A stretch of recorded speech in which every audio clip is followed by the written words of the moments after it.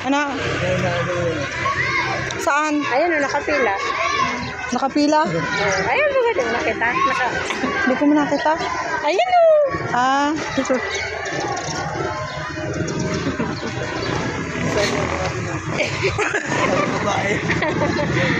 Bakla siguro yan.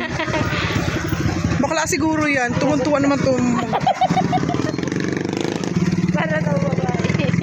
Pag minsan na nakita niya si CJ na naka parang pambabay ang iwagan. Tapos kangiritan sa maray. Kangiritan sa maray. Mo sabihan, ay CJ halik. So, thank you. Kasi gusto niya kasi babay.